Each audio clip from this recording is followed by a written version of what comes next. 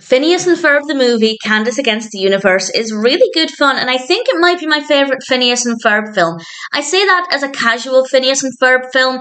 It kind of arrived a little after my time, but I did watch a little bit of it back in the day, and over the years I've seen some of the films, and I'm watching every Disney feature film, so I decided to give this one a watch, and it was released in 2020, directed by Bob Bowen, written by quite a lot of people, and we have a voice cast including Vincent Martella as Phineas and David Errigo Jr. as Ferb, and I have to say, watching it, I didn't realise we had a different voice cast, so I'm taking that as a good thing. We also have Ashley Tisdale and Dan Povenmire, and also, of course, Caroline Rhea, my personal favourite, as Phineas and Candace's mother, and this one is a really fun concept.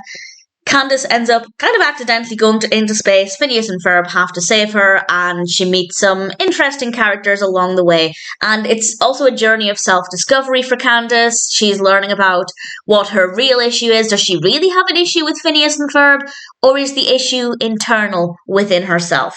And I thought there were some really good takeaways in this. I don't want to go into too much detail about that, of course, but the point there is that the main narrative itself, really good fun, really great characters that we meet along the way, some interesting extraterrestrial beings, and Candace's own journey is also really quite fascinating, and I had a lot of fun with it. And I think the reason it's maybe my favourite, I don't know for certain, but it could be my favourite Phineas and Ferb film, is because I think it's maybe one of the most meaningful and well-written narratives. I haven't seen some of them in quite a while, so I might be misremembering, but generally speaking, I was very impressed with the story. I thought it was very well handled, the narrative worked really well.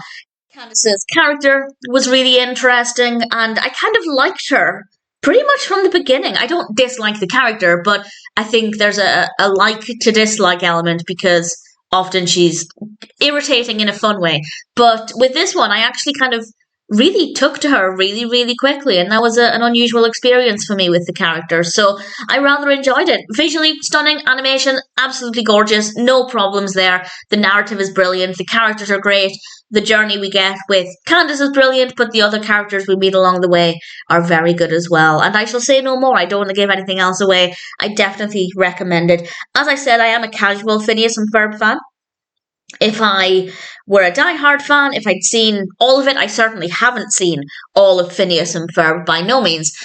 But if I had, my opinion might be different. I don't know, maybe I'd like it less, maybe I'd love it more. But from my perspective, I'm very happy with the experience.